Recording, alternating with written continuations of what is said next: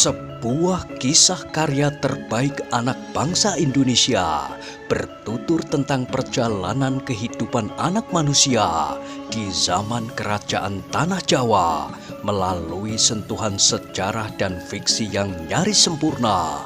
Dengan bangga kami persembahkan satu di antara karya terbaik dari Esa Mintarja yang berjudul Jejak di Balik Kabut. Pada kesempatan yang sangat baik ini, kita masuk pada episode yang ke-10. Selamat menikmati. Pada episode sebelumnya telah diceritakan, ketika Paksi Pamekasan keluar dari Regol Padukuhan, matahari sudah tinggi di langit. Ia membayangkan debu yang dilemparkan oleh derap kaki kuda sekelompok prajurit yang mengiringi Ki Tumenggung Wirayuda ke Kuarasan. Tetapi arah perjalanan Paksi Pamekasan lain dengan arah perjalanan Ki Tumenggung Wirayuda. Mendekati tengah hari, maka jalan-jalan terasa sepi di tengah-tengah bulak itu. Orang yang bekerja di sawah pun mulai menjadi letih. Keringat membasahi kulit mereka yang terbakar oleh sengatan sinar matahari. Sekali-sekali Paksi Pamekasan bertemu dengan perempuan yang membawa gendi berisi air serta bakul berisi nasi dan kelengkapannya. Perempuan-perempuan itu membawa makanan bagi suami, ayah atau anak-anak mereka yang bekerja di sawah dan tidak sempat pulang di siang hari untuk makan siang. Ketika Paksi Pamekasan sampai di Simpang 4, maka Paksi Pamekasan berhenti sejenak di bawah sebatang pohon randu yang daunnya tidak begitu banyak, tetapi di cabang-cabang dan rantingnya bergayutan buah randu yang sudah menjadi tua dan kering, warnanya menjadi kecoklat-coklatan. Satu dua yang telah pecah melontarkan kelentengnya dan menghamburkan kapuknya yang berwarna putih. Paksi Pamekasan menarik nafas dalam-dalam. Di tengah hari itu, leher Paksi Pamekasan memang terasa kering, tetapi ia berharap untuk menjumpai sebuah kedai di padukuhan yang agak besar di ujung bulak itu. Tetapi untuk berjalan ke kedai itu, rasa-rasanya kakinya menjadi semakin berat. Paksi lebih senang duduk di bawah pohon randu yang meskipun daunnya tidak begitu lebat, tetapi dapat melindunginya dari teriknya matahari. Paksi mengangkat wajahnya ketika ia melihat seorang gadis yang menggendong sebuah bakul kecil sambil menjinjing gendi lewat. Gadis itu sempat berpaling kepadanya, tetapi gadis itu berjalan terus. Paksi Pamekasan mengerutkan dahinya. Gadis itu berjalan di bawah matahari yang bertengger di puncak langit. Paksi pun kemudian bangkit berdiri dan meneruskan langkahnya menuju ke padukuhan di ujung bulak itu. Keringatnya yang mengalir dengan derasnya telah membasahi pakaiannya. Semakin dekat langkahnya dengan padukuhan di depan, maka Paksi Pamekasan melihat padukuhan itu bukan saja besar, tetapi tentu juga sebuah padukuhan yang terhitung mempunyai tataran kesejahteraan yang tinggi. Regol padukuhan itu tidak sekedar memenuhi kebutuhan, tetapi dibuat dengan bahan yang baik. Buatannya pun nampak baik dan dikerjakan dengan sungguh-sungguh. Demikian Paksi memasuki regol padukuhan itu, udara rasa-rasanya menjadi sejuk. Angin membelai lembut menyentuh dedaunan yang hijau. Padukuhan itu memang sebuah padukuhan yang memiliki kesejahteraan yang tinggi bagi para penghuninya. Pada regol padukuhan itu terukir huruf-huruf yang berbunyi, Muncar. Paksi menarik nafas dalam-dalam. Ia telah memasuki sebuah padukuhan yang bernama Muncar. Seperti yang diduga, padukuhan itu nampak lebih ramai dari padukuhan-padukuhan yang pernah dilewatinya. Sambil melihat-lihat halaman rumah yang bersih di sebelah menyebelah jalan, Paksi Pamekasan berjalan terus di jalan induk padukuhan itu. Halaman-halaman rumah yang pada umumnya terbentang luas di seputar rumah yang besar dan sangat terawat, ditanami dengan beberapa batang pohon buah-buahan, sehingga suasananya menjadi sejuk. Anak-anak kecil masih saja nampak bermain-main di halaman yang luas. Meskipun di tengah hari, suaranya riuh memancarkan kegembiraan yang bebas. Namun demikian, leher Paksi Pamekasan masih juga terasa kering. Ia membutuhkan sebuah kedai untuk mendapatkan minuman. Beberapa saat kemudian, maka Paksi Pamekasan pun telah sampai ke sebuah pasar. Pasar itu agaknya sebuah pasar yang agak besar, tetapi di saat matahari telah sampai ke puncak langit itu, pasar itu sudah nampak sepi. Tetapi yang dicari oleh Paksi Pamekasan hanyalah sebuah kedai. Sedangkan di dekat pasar yang sudah sepi itu, terdapat beberapa buah kedai yang masih membuka pintunya. Beberapa orang masih berada di kedai itu. Mereka adalah orang-orang yang baru saja selesai berjualan di pasar itu. Setelah mengemasi sisa dagangan mereka, maka mereka pun singgah barang sebentar untuk minum dan makan di kedai itu. Paksi Pamekasan pun kemudian telah duduk di salah satu di antara kedai yang masih membuka pintunya itu. Dua orang masih berada di dalam kedai yang terhitung cukup besar itu, yang mempunyai tempat duduk cukup banyak. Sehari-hari, di saat pasar ini masih ramai, kedai ini tentu ramai juga, berkata Paksi di dalam hatinya. Demikian Paksi Pamekasan duduk, maka seorang pelayan telah mendekatinya dan bertanya apa yang dipesannya. Paksi pun kemudian telah memesan minuman untuk membasahi kerongkongannya.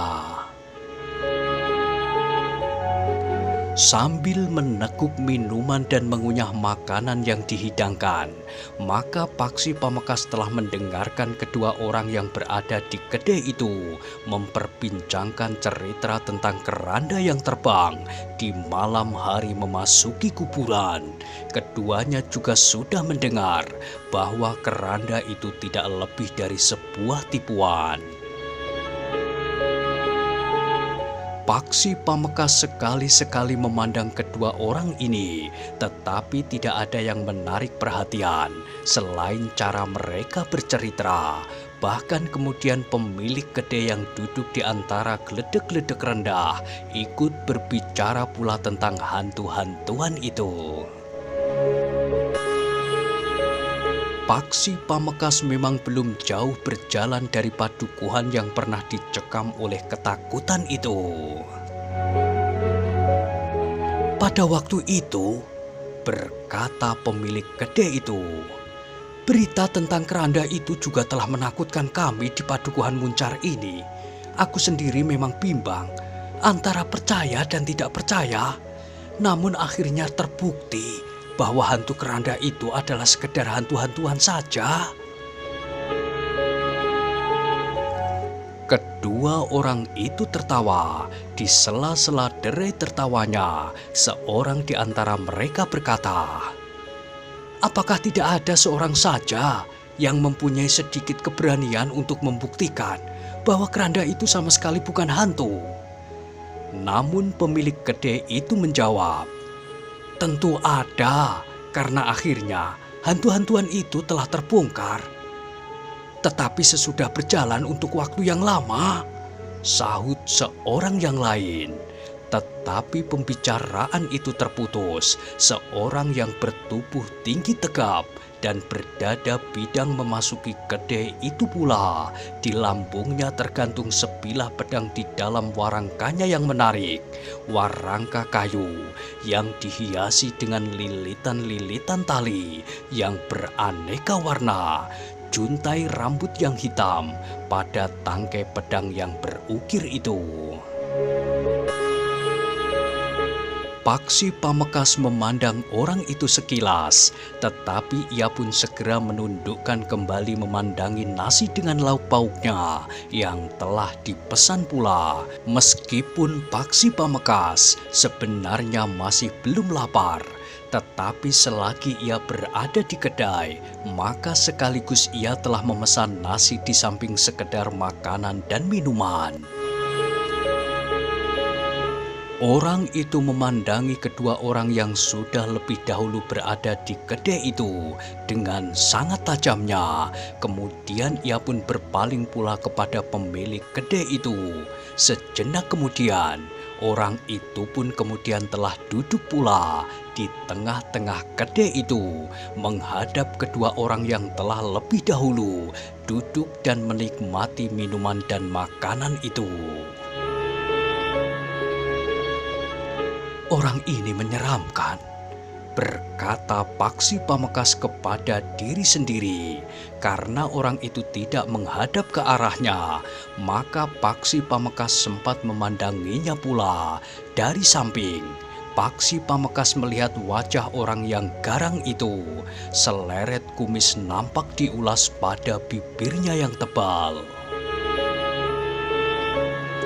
Paksi Pamekasan terkejut ketika orang itu tiba-tiba bertanya dengan suaranya yang berat menekan. "Apa yang kalian tertawakan?" Paksi yang sudah mulai makan itu di luar sadarnya telah mengangkat wajahnya. Ternyata orang itu memandang kedua orang yang telah lebih dahulu duduk itu. Kedua orang itu menjadi pucat karena mereka tidak segera menjawab. Maka orang itu bertanya lebih keras. "Hei, apakah kalian berdua tuli atau bisu? Apa yang kalian tertawakan?" Kedua orang itu menjadi gagap. Seorang di antaranya menjawab dengan suara bergetar.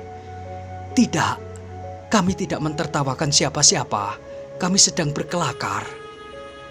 "Apakah kalian mentertawakan aku?" bertanya orang itu.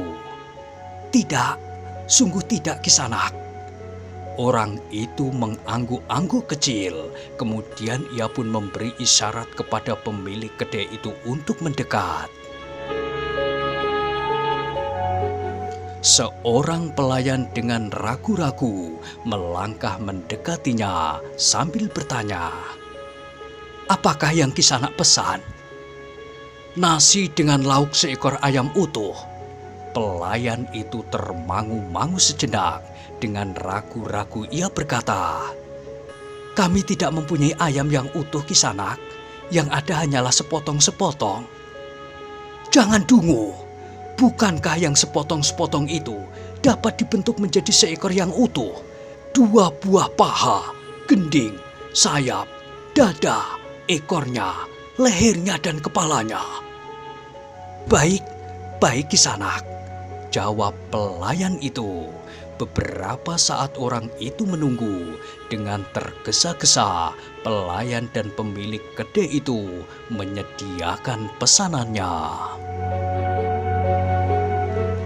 Ketika pelayan itu menghidangkannya, nasi dan potongan-potongan ayam goreng yang digenapi menjadi seekor ayam utuh, sambal serta lalapan, maka orang bertubuh tinggi tegap dan berdada bidang serta berwajah garang itu berkata sambil menunjuk kedua orang itu, "Mereka yang akan membayar." Kedua orang itu terkejut. Seorang di antaranya mereka bertanya, "Kenapa kami?" Orang bertubuh tinggi itu bangkit berdiri sambil bertanya, Kau berkeberatan?" Orang itu menjadi ketakutan.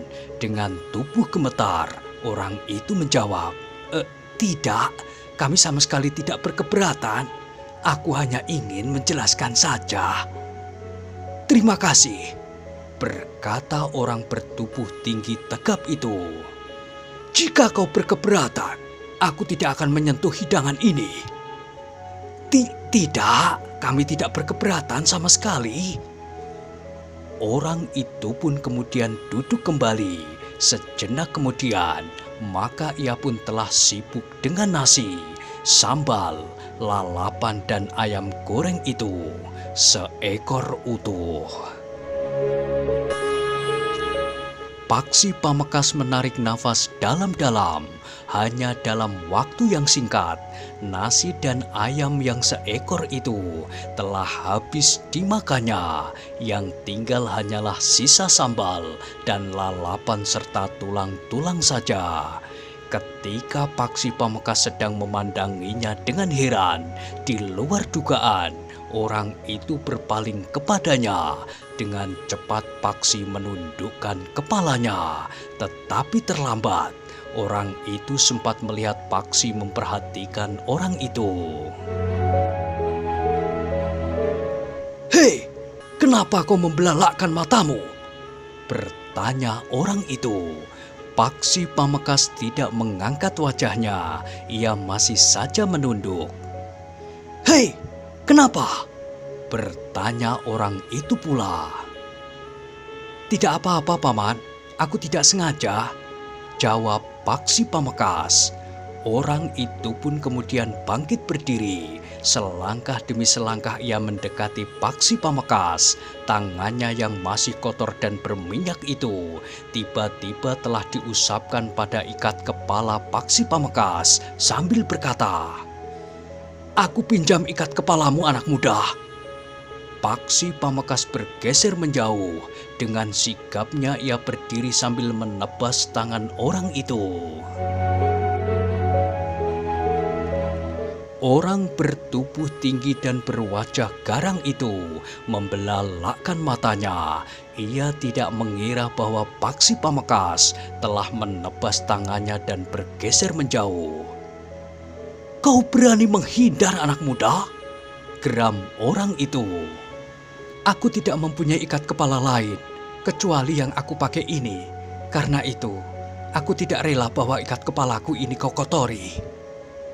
"Jadi kau berani melawan aku, Kau lihat bahwa kedua orang itu dengan ikhlas telah bersedia membayar minuman dan makanan yang aku pesan. Kenapa kau berkeberatan? Hanya sekedar meminjamkan ikat kepalamu. Bukankah ikat kepalamu itu tidak akan menyusut atau menjadi koyak? Lebih baik aku membayar pesananmu itu daripada aku harus menerima penghinaan ini." Wajah orang itu menjadi merah.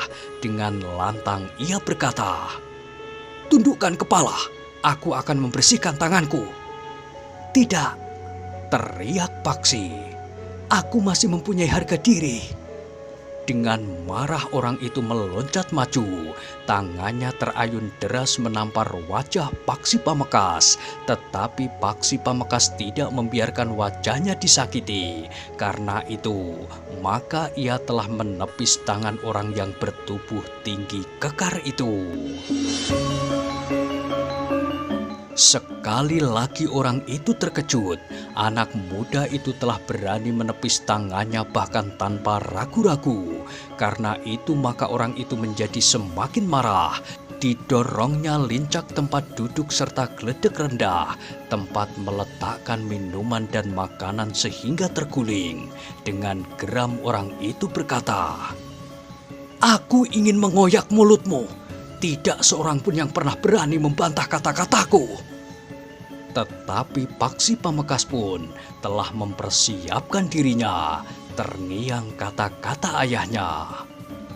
Umurnya sudah menginjak 17 tahun. Dan Paksi pun sadar bahwa ia memang sudah dewasa. Ia tidak boleh membiarkan seseorang menghinanya. Yang terjadi justru sangat mengejutkan orang bertubuh tinggi kekar itu. Demikian lincak bambu dan geledek itu terguling. Belum lagi mulutnya terkatup rapat. Paksi Pamekasan sudah menyerangnya. Dengan cepat kakinya terjulur menyamping, mengarah ke dagunya. Orang itu tidak sempat mengelak, tetapi ia mencoba menahan serangan itu dengan tangannya. Tetapi serangan Paksi Pamekasan sedemikian derasnya, sehingga tangan itu justru terdorong menimpa wajahnya, sehingga wajahnya itu pun terangkat tinggi. Untunglah bahwa orang itu tidak jatuh terlentang. Ia masih sempat menahan keseimbangannya. Namun dalam pada itu, Paksi Pamekasan masih juga sempat memikirkan kerusakan yang dapat terjadi jika ia berkelahi di dalam kedai itu. Karena itu, pada saat keseimbangan lawannya berguncang, Paksi justru tidak menyerangnya, tetapi ia telah melangkah ke pintu sambil berkata, "Aku tidak akan lari, aku menunggumu di luar." Orang bertubuh tinggi tegap dan berdada bidang itu dengan cepat telah menyusulnya ke halaman pula sambil menggeram. "Kau memang seorang anak muda yang berani, tapi kau jangan cepat menjadi besar kepala. Kemenangan tidak ditentukan dengan kejutan-kejutan kecil yang dapat mengguncang lawannya, tetapi dalam perkelahian, kemenangan ditentukan pada saat perkelahian itu berakhir."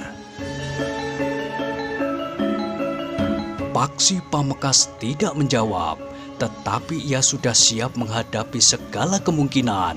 Sejenak kemudian, maka keduanya telah berhadapan di halaman kedai itu. Dua orang yang semula ada di dalam kedai telah menghambur lari ketakutan selagi ada kesempatan, sedangkan pemilik kedai itu dan para pelayannya menjadi gemetar. Mereka memang tidak mengira bahwa anak muda itu dengan berani telah melawannya. Bahkan pada benturan-benturan yang terjadi, anak itu menunjukkan bahwa pada dasarnya ia memiliki kemampuan. Di halaman keduanya telah mulai berkelahi lagi. Orang yang bertubuh tinggi itu menyerang dengan garangnya. Kemarahannya telah mendorongnya untuk berkelahi dengan sungguh-sungguh melawan seorang anak muda. Tetapi ternyata bahwa Paksi Pamekasan tidak mengecewakan. Ia menyadari bahwa lawannya tentu seorang yang berilmu. Menilik sikapnya serta senjata yang tergantung di lambungnya menunjukkan bahwa orang itu adalah orang yang memiliki kemampuan dalam olah kanuragan. Dalam pada itu, perkelahian itu pun semakin lama menjadi semakin meningkat. Orang bertubuh tinggi tegap itu semakin meningkatkan ilmunya. Namun Paksi Pamekasan pun telah mengerahkan tenaga dan kemampuannya pula. Ketika tangan Paksi Pamekasan menjadi basah oleh keringat, maka serangan-serangannya menjadi semakin mapan. Sekali-sekali serangannya mampu menembus pertahanan lawannya itu. Orang-orang yang ada di sekitar kedai itu telah bergeser menjauh, tetapi di tempat yang agak jauh, mereka memperhatikan perkelahian itu dengan seksama. Ternyata Paksi Pamekasan yang masih sangat muda itu mampu mempertahankan dirinya. Serangan-serangan lawannya semakin sulit untuk menyentuh Paksi yang berloncatan dengan tangkasnya. Orang yang bertubuh tinggi tegap dan berdada lebar itu menjadi semakin heran. Ia tidak mengira bahwa di tempat itu tiba-tiba saja ia telah bertemu dengan seorang anak muda yang mampu mengimbangi ilmunya. Bahkan semakin lama, Paksi Pamekasan justru semakin mendesaknya. Orang yang berwajah garang itu mengumpat kasar. Dengan mengerahkan segenap kemampuannya, ia berusaha untuk mengakhiri pertempuran, tetapi ternyata ia tidak dapat melakukannya. Anak muda yang menginjak umur 17 tahun itu justru semakin mendesaknya, sehingga serangan-serangannya mulai menembus pertahanannya. Tubuhnya yang tinggi besar itu mulai goyah ketika serangan Paksi Pamekasan menyentuh dadanya. Ternyata orang yang bertubuh tinggi itu benar-benar terdesak. Meskipun ia bertempur sambil berteriak-teriak kasar, namun usahanya untuk mengalahkan Paksi Pamekasan tidak berhasil. Untuk menarik pedangnya, orang itu merasa ragu. Anak muda itu nampaknya tidak bersenjata. Jika ia menarik pedangnya, orang-orang yang menyaksikannya akan menganggapnya pengecut karena lawannya tidak bersenjata. Namun dalam keadaan yang memaksa, maka orang itu tidak mempunyai pilihan lain. Setelah tubuhnya memar di beberapa tempat, serta wajahnya mulai pengap oleh serangan-serangan Paksi Pamekasan, maka orang itu telah meloncat mengambil jarak. Pada saat Paksi Pamekasan berusaha memburunya, maka langkahnya terhenti. Ujung pedang lawannya tiba-tiba saja telah teracung ke arah dadanya. "Anak tidak tahu diri," geram orang itu. "Kau kira kau dapat memenangkan perkelahian ini? Pada saat aku tidak bersungguh-sungguh, kau justru memanfaatkan keadaan itu untuk menyakiti aku. Tetapi kau terlambat untuk minta ampun. Aku benar-benar sudah kehabisan kesabaran." Paksi Pamekasan bergeser surut. Ujung pedang itu nampak berkilat-kilat kehitam-hitaman. Pedang itu bukan pedang kebanyakan yang dibuat oleh pandai besi, betapapun baiknya. Tetapi pedang itu dibuat khusus oleh seorang empu keris yang baik. Ketika orang itu menggerakkan pedangnya, maka nampak pamornya yang berkedip kemerah-merahan. Ketika orang itu maju selangkah, maka Paksi Pamekasan pun bergeser mundur. "Jangan menyesali kesombonganmu," geram orang itu. Paksi Pamekasan benar-benar harus mempersiapkan dirinya. Ia sadar bahwa ia akan mengalami kesulitan melawan orang bersenjata pedang itu. Paksi Pamekasan harus bertumpu pada kemampuannya bergerak cepat untuk mengatasi senjata lawannya itu. Sejenak kemudian, maka orang bertubuh tinggi besar itu benar-benar telah menyerangnya.